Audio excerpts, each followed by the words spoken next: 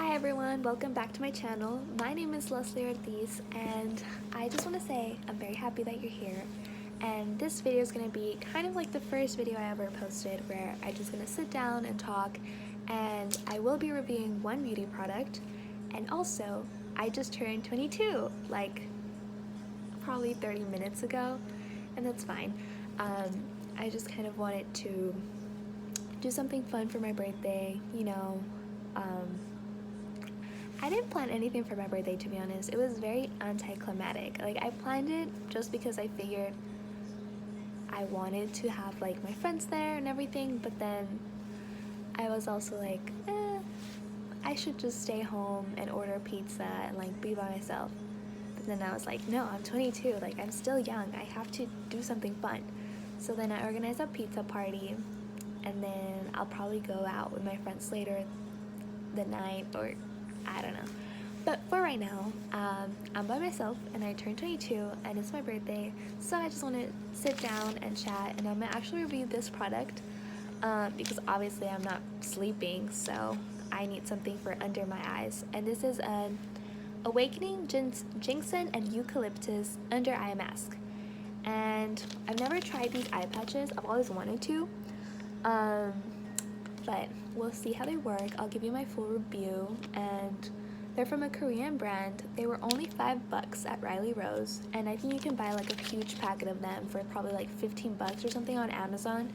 But yeah, so that's gonna be fun. I'll be reviewing these, and then also I took a little bit of time to write a few notes on this video and what I really wanted to do of turning 22 and self-care. And self-care doesn't have to be just creating your own mask or sitting down not learning what to do for the rest of your life, but oh, this is weird. Okay, this is wet too. Oh, I'm gonna make a mess. Anyway, I get so sidetracked. I guess, well, turning 22 doesn't have to be all bad, you know? And it sucks because society builds it up where every single time that you're growing up, it's like, oh, I'm gonna be 5 years old and I can buy this toy, or I don't know, I'm gonna turn 18, I'm gonna turn 16, and I'm gonna do this and turn 21, and it's the big 21, and oh my god, you're gonna drink and you're gonna buy alcohol. And reality is like, it's not like that. Like, it is, but it's not, because the older you get, the more freedom you have to do things on your own, but the amount of freedom that you have, the more responsibilities that you have as well.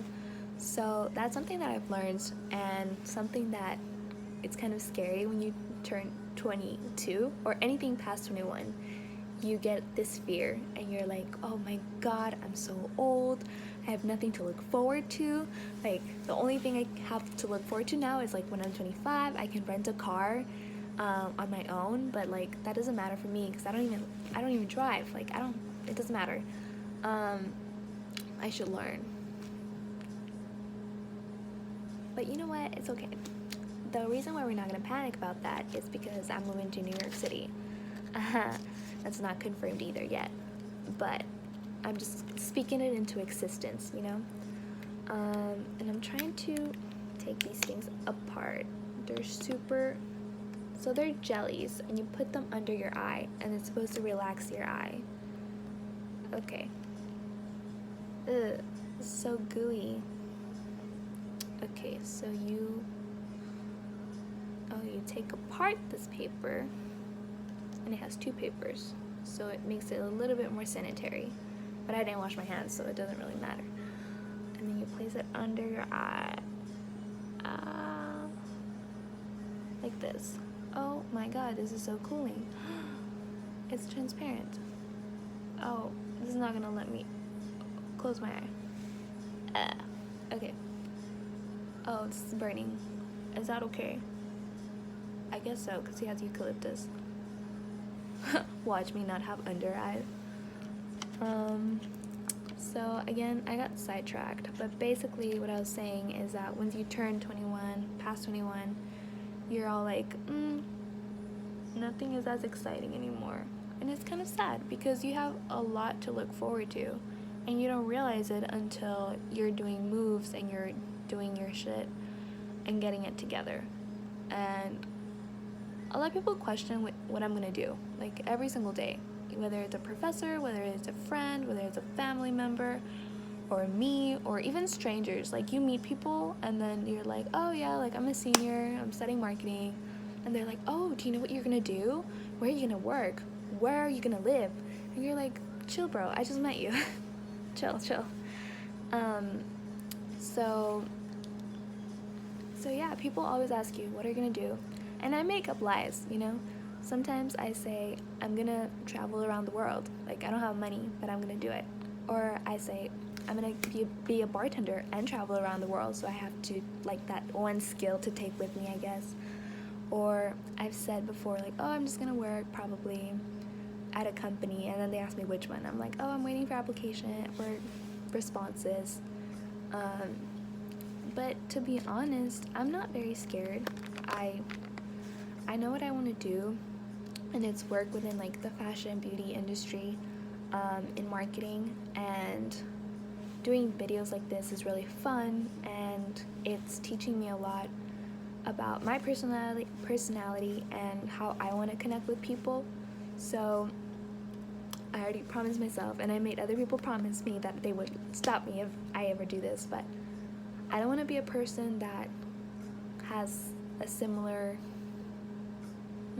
not similar, but I don't want to be a person that like buys followers or buys likes. Like, that's not what I'm about. And I've gotten reached out by certain brands, like on Instagram, or people that are starting like this influencer marketing companies, and they sell you, like, they pitch you, oh, you can be a brand ambassador for whatever brand, but you have to buy stuff from us, and then we'll increase your following by 20%, and you'll have 400 followers. You just have to pay us like this amount of money. And that's a very, very new field, and there's nothing wrong with that if people decide to do it. But I'm not doing this as a full-on business. Like, yes, it's a business perspective for me, but just because I'm a business student, but I'm doing it because it's fun and I really enjoy it. And I didn't put a timer for these things. I don't even know how long they're supposed to be on or how long I've been talking. 30 minutes? 30 minutes is a lot. We're gonna cut it for like 20 maybe. And influencer marketing is booming right now, and I know a lot of people that want to do it as their lifestyle, and that's cool. And I would only do it if I got to partner with brands that I truly believe in and that I actually really like, and I think they're worth investing. And I don't mean that they have to be brands that are globally known or super expensive brands, just brands that I've tried their products or their stuff and I know it works and I know the quality is good and I feel comfortable recommending it. I don't want to just buy someone's design stuff just because they tell me it's cool and they have 20 million followers. I want to promote designers that people I know, people that are starting their own vintage brands, or vintage thrift stores, or their own designing jewelry or stuff like that. Stuff that I know, stuff that I've seen and tried on and I believe in, or stuff like this. Like, this is not something that I got at Sephora. This was literally $5, and it's more accessible for people, and I feel like more people can relate to it and really get a hold of it, of the experience, because the self-care aspect doesn't have to be going to a spa every single week. It would be nice if everyone could do that, but it's not just about taking those 30 minutes a week for yourself and putting on a face mask. It's also about reflecting on what you have to save for your future plans. And if you don't have a future plan and you're stuck in this, I don't know what I'm gonna do, and you're stressing about it like I have been for the past month, it's a good time to sit down, like I'm doing here on camera, but you can sit down on your own or with a friend or even with a stranger. Like, sometimes it helps when you tell someone about something that's going on in your life and they don't know any other attachments to you. They just know what you're saying at the moment because they can provide a really good outside perspective. So just sitting down and really understanding, like, you know what, I'm a 22-year-old, or I'm at 25, I'm 45. I don't know how old you are, but saying that age and saying, you know what, I'm 22, but I've actually accomplished a lot that I didn't think I was gonna do by 22. For example, this is gonna be weird, but I do have like certain clothing pieces that I rarely ever wear, and if I do wear them, is because someone bought them for me, like either my mom bought them for me or a friend, and I don't wear them because I want to. I wear them because I'm encouraged to wear them. But it took me the longest time, and you can ask my close friends and family if you ever see them, or people that have seen me grown up.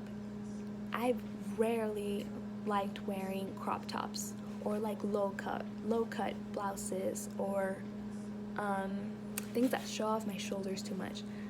But crop tops, absolutely hated them all the time.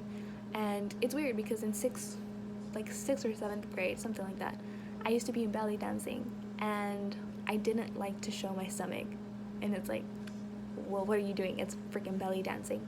But I didn't like to show my stomach, and I don't want to say I was insecure about it because I was very secure in other ways. Like, I've always been, I've liked to socialize, but when it comes to the body, I don't know. And it wasn't like my parents were conservative and they were like, oh my god, no, don't show anything.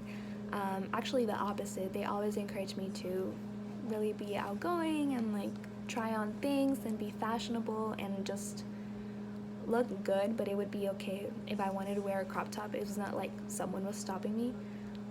But me personally, I just never liked it. I never felt comfortable.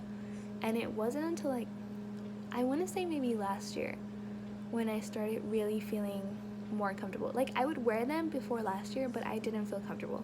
It wasn't until probably last year when I really started feeling really good about wearing things like that, like crop tops or low cut stuff, or just, I guess, a little bit more risque. I don't want to say sexy because I don't consider myself a sexy person. I consider myself like okay, but I wouldn't say sexy, so I'm just gonna say risque.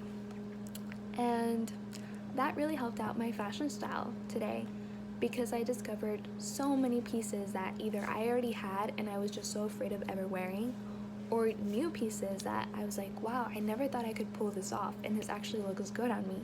So why am I not wearing it? Why am I not buying it and styling it?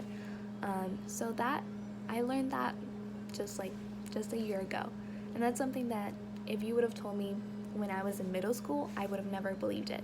Because in middle school, I hated all of that. I was not very confident with my body, as a lot of middle school kids probably are.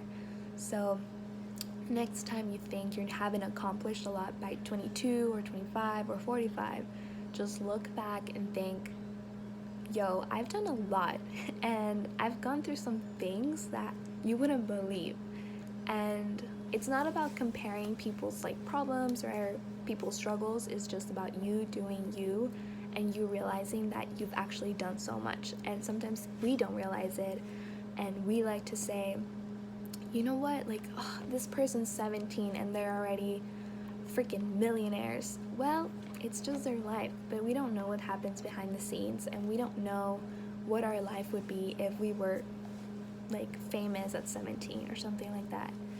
And I don't know, I guess that's another thing that I see within the influencer growing, or influencer marketing and social media growth, is that there's a lot of kids out there that really have an ambition to be this super YouTuber or super intense blogger, and that's cool if that's your passion.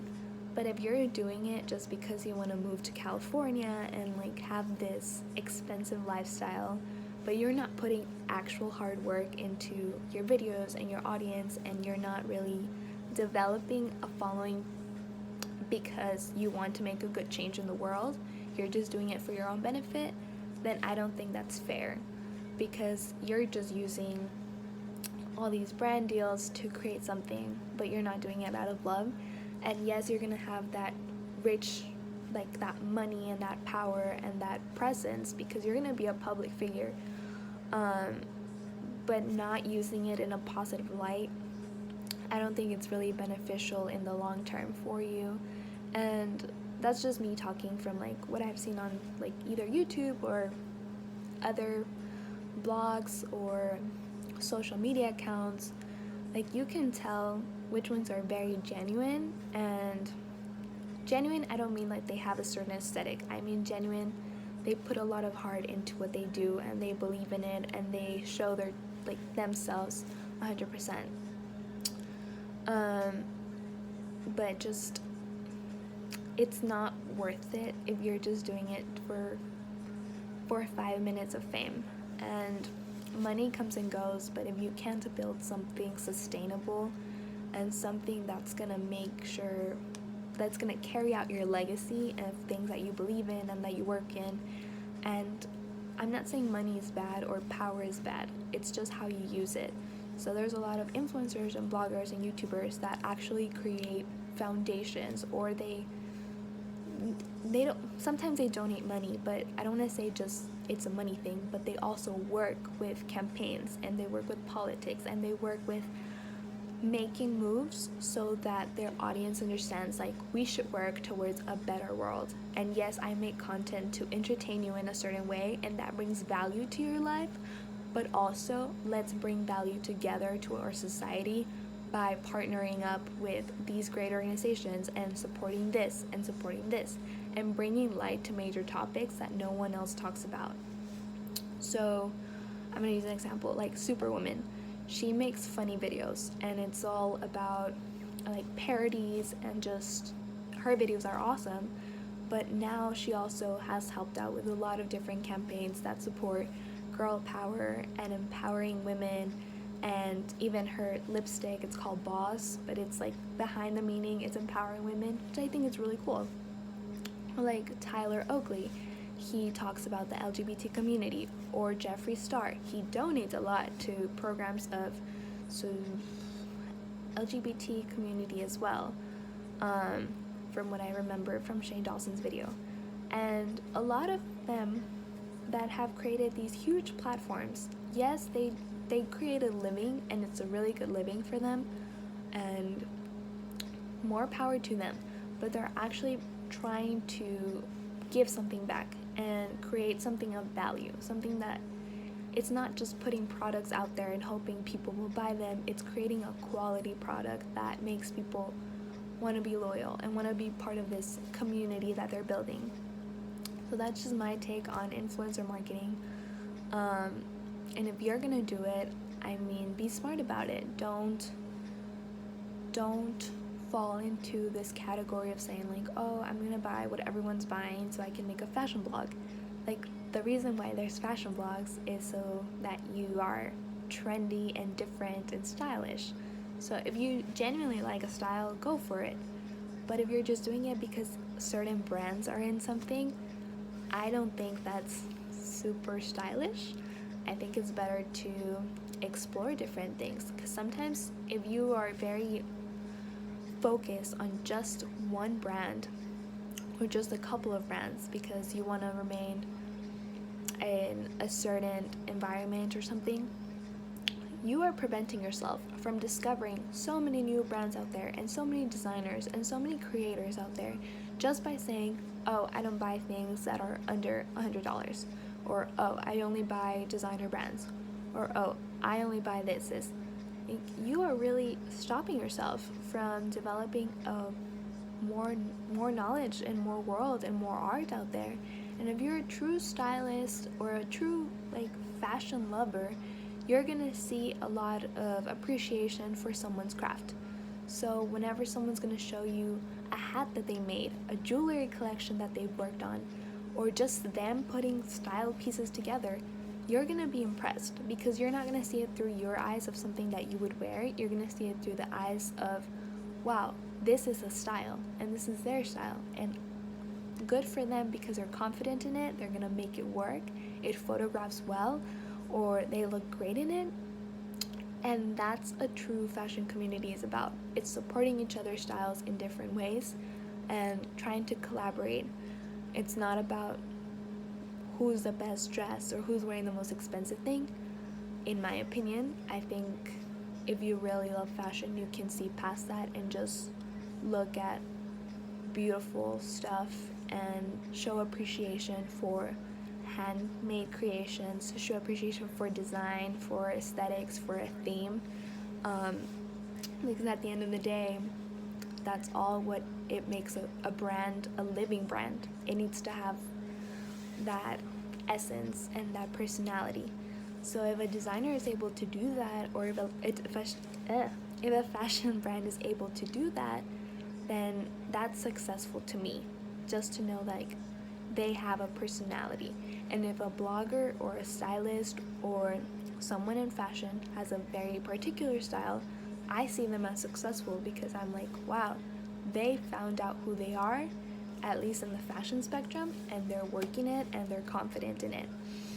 So yeah, that's my other take on kind of influencer marketing and how that's going. And just going back to the topic of self-care, I would say that these have been on for quite a while, and they honestly felt more slimy when I placed them under my eye, and then they started like sliding down. Well, this one did, but now they feel a little dry. So I think I'm gonna take this one off and keep this one a little longer.